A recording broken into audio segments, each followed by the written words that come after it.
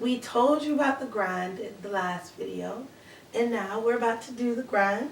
We decided to do the first episode in our pajamas. What the grind is, basically, is just like advice sessions or real talk sessions where we answer questions and things like that, right? The first question that we're going to dedicate this video to, I guess, is a question that... It's a question that I feel like everyone's wondering. Oh yeah, the question that everyone's wondering.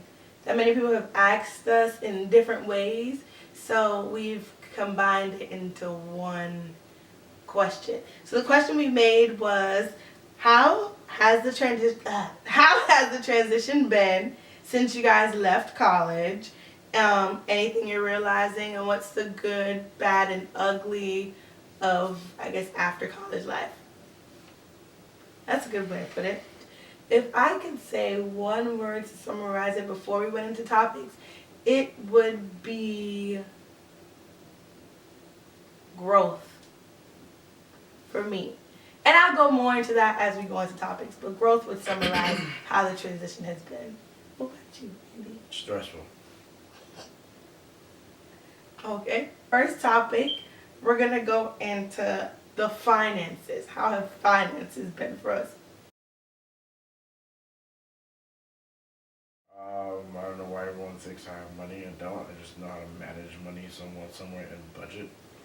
They call him Stable Andy. Don't know why. So, back to the beginning. What I was saying is finances is pretty tough. It's pretty hard.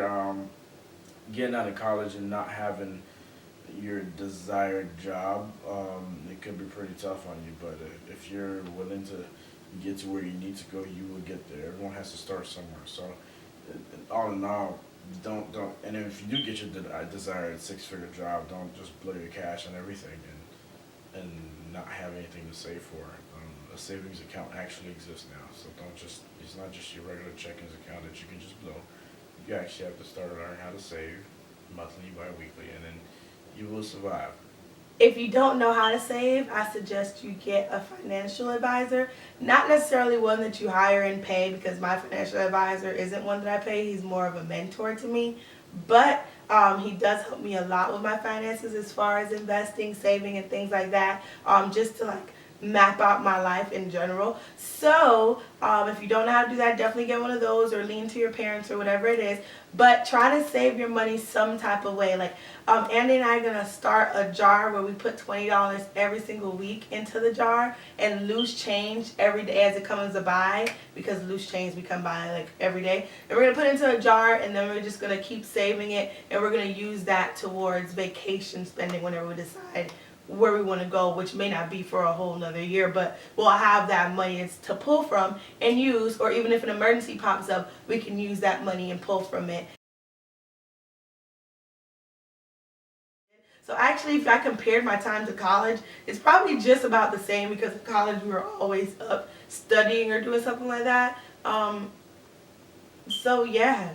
The only thing is now we have to wake up early. Whereas college, you picked your schedule. I have to wake up at 5:45, and he has to wake up at 6:30. 6:30 every single day, and we have to do that. And it's annoying, very annoying, but comes with the territory. But what I did was I mapped out a weekly schedule, and I put what I would do every single day on the schedule, all the way down to what classes I would focus on every single day. And I made sure I stuck to that schedule so that I was doing everything.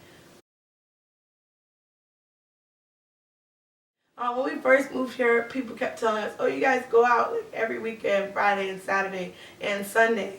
We do. Kind of, not really now. Every Friday, every Saturday, every Sunday. Right. Like yesterday, we were supposed to go out, and I legit like picked out a dress and then ate and fell asleep on the couch. So I was just drinking at home and fall asleep. Exactly. So we don't really go out every weekend. But, you know, if you did want to do that, just make sure you get all your stuff done in the week and in the daytime on weekends.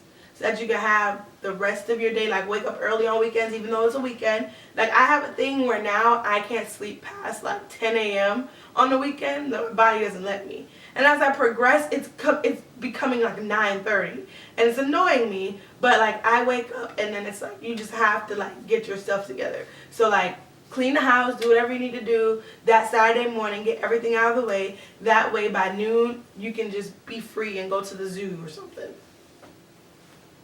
On a Friday morning, I'm going to the zoo.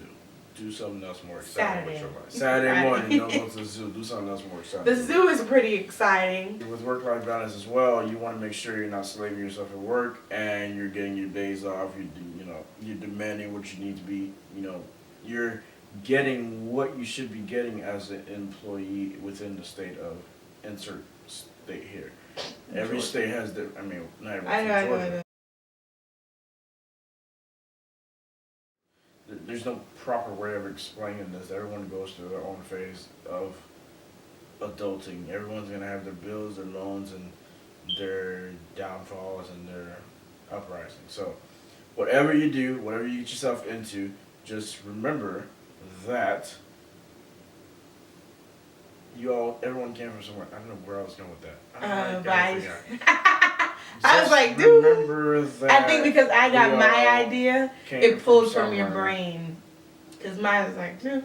I have realized that it's not as easy as you think it is, but I've also realized that it's about you as a person. So it's not necessarily worrying about, I don't know, worried about buying a house and worried about all this stuff. It's more about developing yourself. So it's more about developing your character, taking care of yourself as far as health, mind, body, and soul, and just building yourself up in any way possible so that you're ready to take on that next step in life. That's what I think adults. Another thing we've realized is the importance of credit.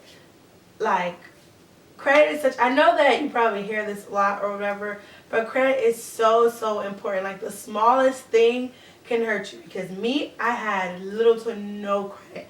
I've literally had a total of 3 credit cards in my entire life, and they weren't all 3 open at the same time. So that's all I had, and then I had like medical bills that were hitting me and stuff like that. So all of that, literally, like I can get a bill for, I don't know, $100 that's not paid, and that would drop my credit score by like 20 points just because I had a little to no credit and no credit history. So definitely build your credit up in any way possible. Even if you think you don't need a credit card, get a credit card and just, buy something on it that you're going to pay off, or just make a little purchase on it and then pay it off that month and make a little purchase, whether it's groceries, and pay it off that month or whatever. Don't let it build up. Just keep that constant flow so that you build that on-time payments and that you build, that credit history. Because you need credit to rent a house, apparently, to rent a car, to buy a car, to buy a house, to apply to things now, to join organizations, to drink water. To drink.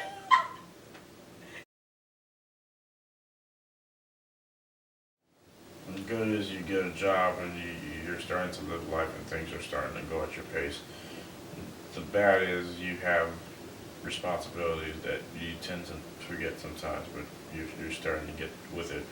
The ugly is when we're at bills, and it's pretty ugly. You don't want to have those, but you have bills, and they're pretty ugly. Whether they're loans, car notes, insurance, health insurance, car insurance, I can go on and on. There's a lot of bills out there. Credit card bills. It's just a lot. So the bills are pretty ugly. I'm just asking.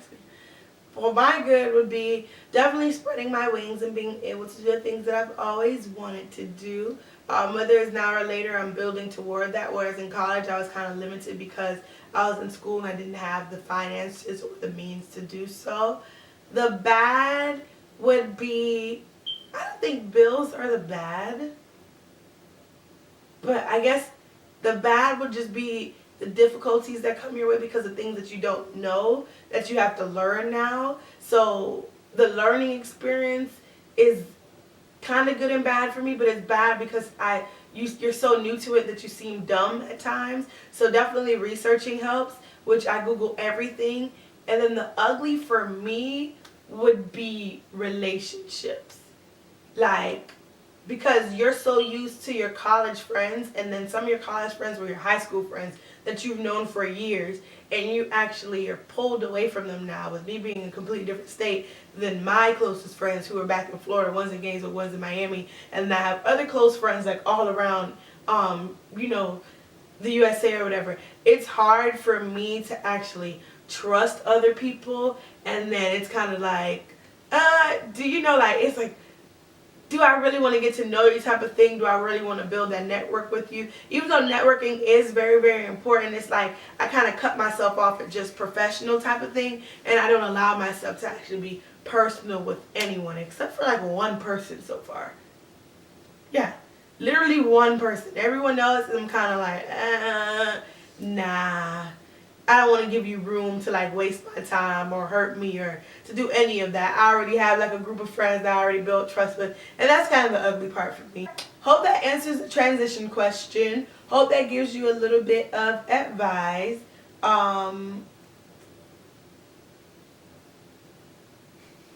Answers the transition question with how I transitioned was from college until now. We tried to throw some little tidbits in there and advice and things like that. Everyone will have their own different experiences with transitioning.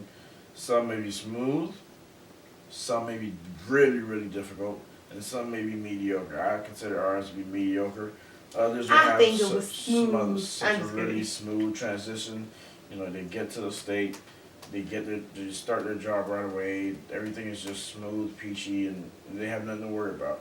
You know, others will have a really, really, really hard time. So it all depends on you and your not personality, but your transition, and everyone's going to have their own different difficulties and hurdles to go through. It's completely fine. These are just our personal experiences. Share you guys and see what you guys think and see if we can help out one person. Do you guys have any different topics you think we should hit on? Yes. As time goes on, you can comment on any of the videos. You can follow us on any social media and DM us personally and say, hey, I think you guys should really hit on car shopping. And it's like, oh, okay, all right, we'll do something like that. Families, foes, haters, all y'all. What? I don't know. Everybody has haters in this world. There's some haters watching this right now.